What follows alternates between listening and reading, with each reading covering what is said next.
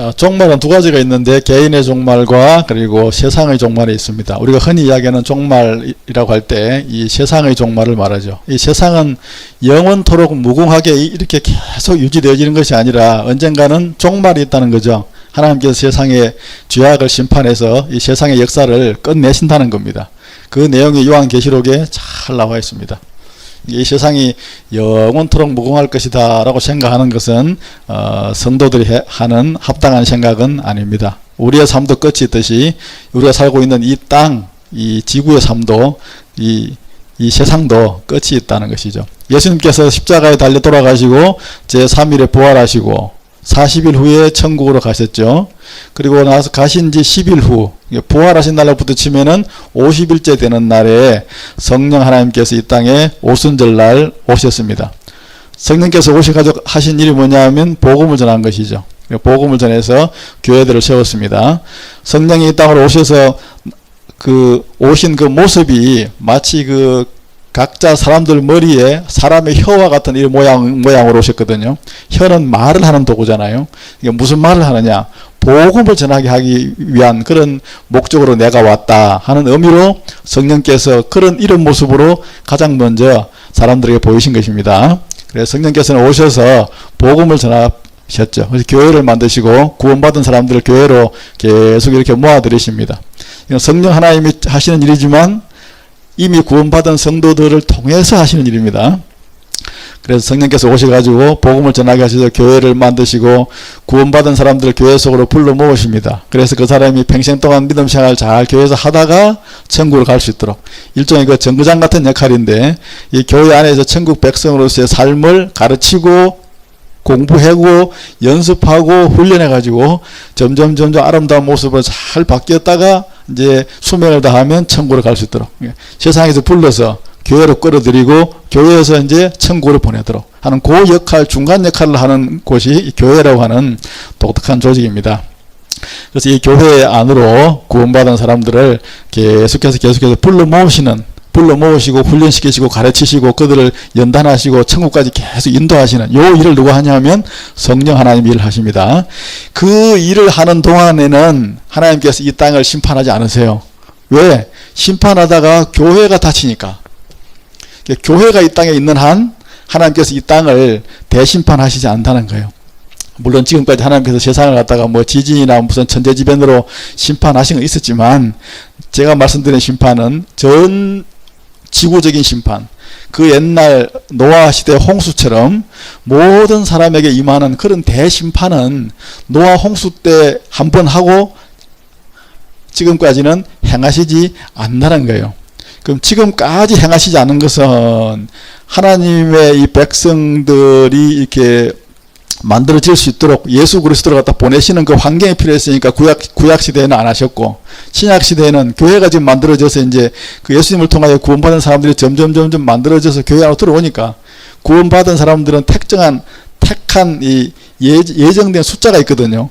그 사람들은 다 구원받아야 되는데 물론 하나님이 심판하시다가 이렇게 한 군데 예를 들어서 하늘에서 큰 돌덩이가 떨어져 가지고 이렇게 지구를 강탈했는데 그 자리에 택정함을 받은 사람만 살아나고 택정함을 받지 않은 사람들은 죽고 그렇게 물론 하나님 하실 수 있지만은 일반적인 법칙에서는 그게 안 되거든요. 그러니까 하나님께서 혹시 한 명이라도 구원받지 못하고 이렇게 하는 그런 일이 없도록 대심판을 유예하십니다. 유예. 언제까지냐? 택정함을 입은 사람들이 교회 속으로 다 불러 모아질 때까지. 그러면 그 택정함을 입은 사람들이 다 불러 모아지는 그 일이 있고 나면은 그때부터는 하나님께서 그동안 미루어 오셨던 대심판을 행하십니다. 왜 그러느냐? 하나님은 성품 자체가 공정하신 분이에요. 죄를 지면 반드시 벌을 주셔야 되고 착한 일을 했으면 반드시 상을 주시는 분, 그분이 하나님이거든요. 하나님은 거룩하시고 사랑이시지만 공정하신 분이에요. 신명기 32장 4절 끝에 보면 하나님은 공의로우시고 바르시도다. 모든 하시는 일이 하나님은 공평무사하게 하신다는 거예요. 우리가 사람들의 눈으로 보기에는 짧은 기간 동안 보기에는 하나님께서 안 공평해 보시는 점도 있을 수 있어요. 그러나 하나님의 관점에서 또 먼 시각으로 보면 결국은 보면 하나님께서는 공정하게 모든 일을 판단하시고 행하신다는 것이 다 증명이 되어집니다. 하나님은 공평하시고 공의로우신 분이시기 때문에 죄를 지어온 그 수많은 사람들의 죄와 그리고 각 나라가 지은 죄들도 많아요. 또 역사적으로 보면은 그렇기 때문에 그런 모든 죄들에 대하여 이 땅을 하나님의 공의로운 성품대로 하면 여러 수십 번이라도 더 노아 홍수처럼 그렇게 큰 벌을 주셔야 마땅하지만 아직까지는 교회를 만들어내야 되는 그 과정에 있었고 지금은 만들어진 교회가 이제 성도들을 구원해내는 그 지금 여정 가운데 있기 때문에 그 대심판을 보류하셨다는 거예요. 보류. 그러나 이제 그 때가 되면 모든 성도들이 다 구원받고 나면 하나님께서 이 땅을 그 죄악을 철저하게 심판하십니다. 그게 요한계시록에 나와 있는 내용입니다. 요한계시록 5장부터 19장까지 내용이 바로 이 부분을 다루고 있습니다.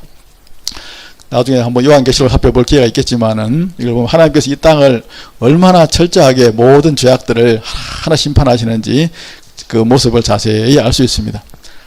하나님의 세상을 심판하실 때는 세 가지 방법으로 심판하신다고 요한계시록에 나와 있습니다. 첫째는 큰 전쟁들이 있대요.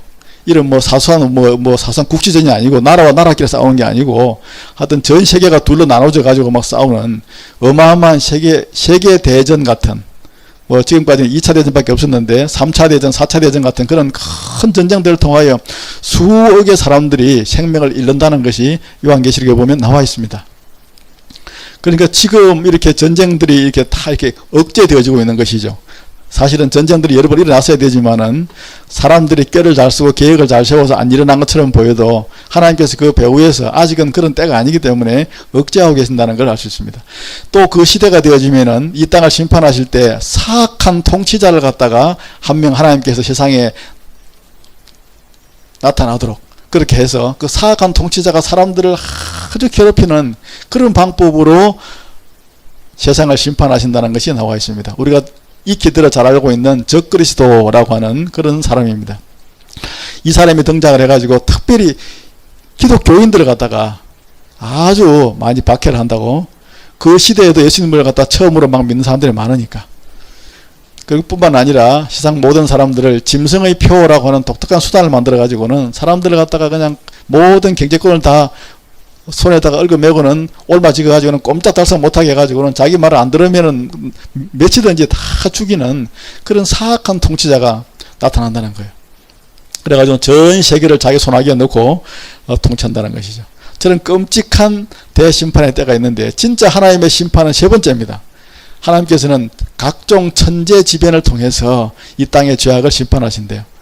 저때 요한계시록에 보면은 하늘을 날아가는 수많은 저 지구 바깥에는 이 돌들이 막 작은 이 운석들이 하루에도 막 수십만 개가 이렇게 날아가는데 그런 것들이 이렇게 지구 안으로 큰 이렇게 작은 게 이렇게 이제 안으로 지구 안으로 이제 들어오면 그것을 이제 공기 중에서 타버립니다. 그러나 큰 게 들어오면 지구하고 충돌을 해요. 그 충돌한 흔적들이 지구에 보면 온 지구에 보면은 막 많이 있는데. 이게 아주 가끔 있지 자주 있지는 않는 것은 그런 일이 하나님께서 있으면 안 되니까 지금 있으면은 그게 한번 충돌을 하면은 큰 이렇게 이렇게 미사일을 맞은 것처럼 그런 큰 재앙이 일어나기 때문에 그런 일이 없도록 막으셨는데 앞으로 저 때가 되면 그런 일이 빈번하게 흩하게만 일어난대요. 그래가지고는 그 인의 재앙, 나팔 재앙, 대접 재앙에 보면은 저 재앙이 많이 있는 것을 알 수 있습니다. 소돔과 고모라 시대에도 하나님께서 하늘에서 날아가는 운석들을 끌어들여 가지고는 그 소돔 고모라 성을 완전히 그냥 박살을 내버리는 사건이 창세기에 보면 창세기를 자세히 읽어보면 그렇게 해서 그 성이 멸망한 것을 알 수 있습니다. 저런 일들이 영화에 보면 요즘 영화에 보면 저런 게 갑자기 많죠. 막 하늘에서 막 별이 막 그냥 큰 돌이 막 돌덩이가 떨어져가 도시가 파괴되고 하는 거. 영화는 모든 것을 앞서간다고 하잖아요. 앞으로 있을 대심판의 시기에 있을 그런 일들을 미리 본다고 볼 수 있습니다. 그뿐만 아니라 또 큰 지진들이 있대요. 요즘 들어서 지진이 자꾸 더 많아지잖아요. 더 강해지고. 특히 우리나라 같은 경우는 이 지진의 안전지대라고 했는데 우리나라도 안전하지 않습니다. 지금은. 이런 지진은 갈수록 앞으로 더 많아지고 더 찾아질 거예요. 왜냐하면 지진이라고 하는 저것이 하나님께서 이 땅을 장차 심판하실 도구이거든요. 이런 지진이 아니라 진도 막 8, 9가 넘는 그 엄청난 지진이나 도시가 한꺼번에 파괴되어져 버리는 그런 정도의 대지진이 일어나는 것을 요한계시록에 보면은 나와 있습니다. 큰 도시가 그냥 쇠조각이 나가지고는 큰 지진으로 이게 도시가 완전히 파괴되어지는 그런 일도 있답니다. 이런 끔찍하고 무시무시한 대심판의 때가 앞으로 있다는 것이 왜 그러느냐? 세상 사람들의 죄악을 심판하시기 위해서 그렇습니다. 그러나 여러분들 걱정하실 일은 전혀 없습니다. 여러분 중에 그 속에 들어가셔서 저 심판을 당하실 분은 한 명도 없습니다. 왜 그런가도 다음에 제가 설명해 드리겠습니다. 그 시기에 처음 믿은 사람들이나 저 속에서 고생을 하지, 이미 믿은 사람들은, 저 속에 들어갈 사람들은 거의 없습니다. 자, 하나님이 세상 사람들의 죄악을 심판하시는 이 때가 있다 하는 것이죠. 죄악을 다 심판하고 나면 예수님이 이 땅으로 재림하십니다. 강림하십니다. 강림. 하늘에 있는 모든 천군 천사들과 같이 이 땅으로 강림하셔서, 이 땅에 강림하셔서 예수님을 대적하는 모든 악의 무리들을 싹 청소를 하십니다. 예수님은 전능하신 하나님이시니까. 청소하신 다음에는 이 땅에다가 예수님이 다스리시는 나라를 세우십니다. 예수님이 왕이 되어서 다스리시는 나라를 세웁니다. 나라를 이 땅에다가. 저걸 갖다 성경에서는 지복천년 혹은 천년왕국이라는 표현을 쓰기도 하는데, 그게 이제 상징적인 그런 표현이다라고 말하는 분들도 있지만은 우리는 문자적으로 봐도 아무 잘못된 것이 없는 그런 표현입니다. 예수님이 다스리시는, 실제로 예수님이 이 땅에서 왕으로 통치하시는 그런 나라를 세우는 것이죠. 그 때에 관한 그 시기에 관한 예언의 말씀이 이사야 65장에 보면 나와 있습니다. 제가 읽어볼게요. 화면 잘 한번 보세요. 그때에는, 거기에는 예수님이 다스리시는 그때가 되면 날 수가 많지 못하여 죽는 어린이나 수완이 다 차지 못한 노인이 다시는 없을 것이라. 그러니까 최소한 100세는 되어야 죽는다는 것이죠. 100세에, 그런데 100세에 죽으면 젊은 사람이 죽었네, 그런 말을 한대요. 100세가 못 돼서 혹시 죽는 일이, 그런 일은 거의 없는데 있다면 그 사람은 저주를 받아서 그런 것이다, 이런 말이 나올 정도로 사람들의 수명이 길어진대요. 여러분, 지금 천국이나 새하늘과 새 땅에서는 죽음이 있습니까? 없습니까? 없어요. 그게 죽는 곳이 아니에요. 완전 부활체로 가기 때문에. 여기는 죽음이라는 현상이 있습니까? 없습니까? 있어요. 아직. 여기는 천국이 아닙니다. 아직. 예수님이 이 땅에 오셔서 다스리는 이 땅의 모습을, 이 지상에서 이루어지는 예수님의 천국에 대한 묘사에 대한 말씀이에요. 그들이 21절, 그들이 심은 것을 타인이 먹지 아니하리니 이는 내 백성의 수완이 나무의 수완과 같겠고. 저기 미국에 가보면 그 샌프란시스코 그 건너편에 가보면은 요즘 영화에도 나왔는데, 그거 보면은 아주 막 하여튼 삼나무 하나가 그냥 아주 수명이 긴 그 1000년이 넘었다든가 하여튼 그런 큰 거 있는 걸 봤습니다. 나무의 수완처럼 뭐 몇백 년까지만 사람이 사는, 그 옛날 노아 시대에 막 900살 이상 사람이 살던 그 시대처럼 그렇게 되어진다는 것이죠. 예수님이 이 땅의 왕이 되어 이 땅을 다스리시면 과학 문명의 발전이 얼마나 이루어지겠습니까? 그 땅에 그 시대에 살아가는 사람들은 모든 어떤 사람의 질병을 다 극복을 하고 나이를 극복을 해서 사람의 수명이, 옛날에도 그걸 살았으니까, 예수님이 온 세상의 대통령이 되셔서 이렇게 세상을 통치하시면 그런 정도의 과학 문명을 왜 못 누리겠습니까? 의료에 대해 혁명이 일어나겠죠. 사람의 백성들의 수완이 나무의 수완처럼 산대요. 24절 25절에 보면 이리와 어린 양이 함께 먹을 것이며 사자가 소처럼 짚을 먹을 것이며 뱀은 흙을 양식으로 삼을 것이니, 모든 동물계에도 저주가 풀어져 가지고 서로 이렇게 싸우고 잡아먹는 일이 없다는 거예요. 여러분, 이게 천국의 모습입니까? 천국에 이리와 어린 양이나 사자나 소나 이런 존재가 지금 가 있다는 말이에요.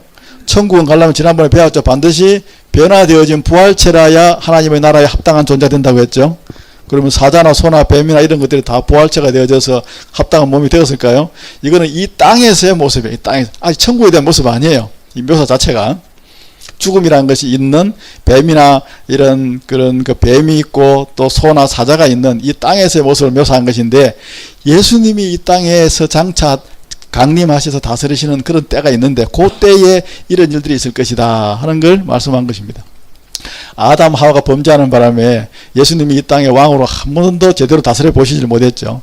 지금도 물론 우리 교회 가운데 왕으로 와 계시지만, 그러나 예수님은 여전히 이 땅의 실질적인 모든 100%의 왕은 아니십니다. 그렇기 때문에 불신자, 신자를 다 초월해서 이 땅의 완전한 왕으로 다스리시는 그 때가 예수님이 재림하시고 난 다음에 이 땅에서 이루어집니다.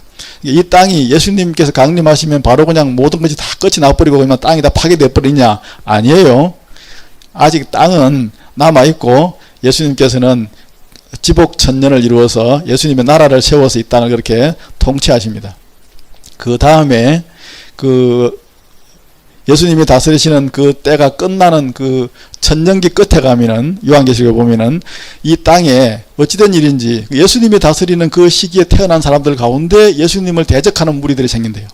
참 사람이란 참 죄성이란 것은 참 뭘로 표현할 수가 없죠. 그 사람들이 예수님을 대적하다가 그 모든 그 사람들이 다 예수님께서 다 그들을 벌을 주시고 나서 그리고 나서 이 땅을 그때 이 땅을 다 없애버린대요. 다 불에 태워서 이 땅을 없애버리고 이 땅이 아닌 완전히 새로운 땅으로 새 하늘과 새 땅으로 가서 여기서 영원히 영원히 이곳을 살아간다는 것이죠. 그러니까 지금의 천국하고 똑같은 그런 개념으로 보시면 되겠습니다. 그래서 새 하늘과 새 땅, 이것이 바로 우리 성도들이 예수님과 함께 영원히 앞으로 살 그 곳이 되어진다는 것이죠. 베드로후서 3장 10절에 보면은 이런 말씀이 있습니다. 새 하늘과 새 땅에 관한 말씀인데 주님의 날이 도둑같이 올 것이다. 그날에는 하늘이 큰 소리로 떠나가고 물질이 이 지구의 모든 땅이나 암석 이런 것들이 뜨거운 불에 풀어지고 땅과 그 중에 있는 모든 일이 드러나리로다. 이 모든 것이 이렇게 풀어지리니 너희가 어떠한 사람이 되어야 마땅하냐. 거룩한 행실과 경건함으로 하나님의 날이 임하기를 바라보고 간절히 사모하라. 그날에는 하늘이 불에 타서 풀어지고 이 땅이나 이 암석들도 물질들도 뜨거운 불에 녹아지려니와 이 땅은 다 없어진다는 것이죠. 완전히 불에 태워지고 없어진다는 겁니다. 예수님께 다스리시던 그 나라이긴 하지만은 그 나라의 끝에 있을 대전쟁으로 인하여 땅이 황폐화되어질 것을 보여줄 수 있는데 그 땅을 완전히 없애버리고 나서 우리는 그분의 약속대로 의가 있는 곳인 새하늘과 새 땅을 바라본다. 그래서 이 새하늘과 새 땅에 가서 여기에서 영원한 세상을 세계에서 영원토록 살아간다 하는 것이 성경의 가르침이고 종말에 관한 가르침입니다. 이게 성경이 말씀하는 세상의 종말에 관한 가르침입니다. 하나님께서 교회가 만들어지고 있는 동안, 교회가 유지되어지고 있는 동안 심판은 보류된다. 왜냐? 교회가 닫히니까. 한 명이라도 구원받지 못한 일이 없도록. 그러나 영원토록 그렇게 되는 것이 아니라 사람에게도 수명의 끝이 있듯이 세상도 끝이 있다는 것. 그 끝은 언제 오느냐? 이 교회 안에 하나님의 백성이 다 모아지고 나면 그제는 이 땅을 하나님께서 심판하신다는 거예요. 심판하실 때는 사악한 지도자를 통하여 천재지변을 통하여 큰 전쟁들을 통하여 이 땅을 심판하십니다. 심판하시고 나면 예수님이 이 땅에 재림하셔서 이 땅에서 예수님의 왕국을 건설하십니다. 그때는 백성들의 수명이 그 당시 태어나는 사람들의 그 수명이 거의 900살 1000살 되도록 그렇게 장구하게 나무의 수완처럼 살고 100살이 못 돼서 죽으면은 저주받아 죽은 일이고 100살 때쯤 죽으면 젊은 사람이 죽었네 하는 말이 나오는 그 시대가 열린다는 거예요. 그 시대에 우리는 물론 여기 있는 사람들은 한 명도 그 시대에 육체를 입은 채로 그런 혜택을 맛보는 사람은 없습니다. 왜냐하면 그 시대가 오기 전에 우리는 다 우리의 몸이 부활체를 입을 것이기 때문에. 그래서 이제 그렇게 나오고 난 다음에는 이제 영원한 새하늘과 새 땅으로 이주를 해서 그곳에서 영원한 세계를 살고 예수님이 다스리시던 그 땅은 다 불에 타서 다 없어져 버리고 이 땅은 다 없어지고 지구뿐만 아니라 태양계 전체가 다 불에 타버리는 것 같아요. 없어지고 새로운 하늘, 새로운 땅, 새로운 우주가 천국 백성들이 살아갈 새로운 우주가 만들어진다는 거예요. 여러분 제가 한번 이렇게 질문 드려보겠습니다. 지금 천국에 가 있는 숫자하고 앞으로 새하늘과 새 땅에 들어갈 그 숫자가 사람의 숫자를 비교를 해보면은 어느 게 더 많을까요? 지금 가 있는 사람보다는 앞으로 새하늘과 새 땅으로 들어갈 사람이 수천만 배는 많을 겁니다. 왜 그러느냐 하면 예수님이 다스리시는 그 1000년 동안에 태어나는 수많은 사람들은 거의 죽지 않은 사람들이거든요. 그 사람들도 계속 예수님을 믿고 거듭나서 그렇게 하나님을 섬기고 구원받는 사람의 숫자에 계속 포함됩니다. 그러니까 얼마나 많은 사람이 생겨나겠어요.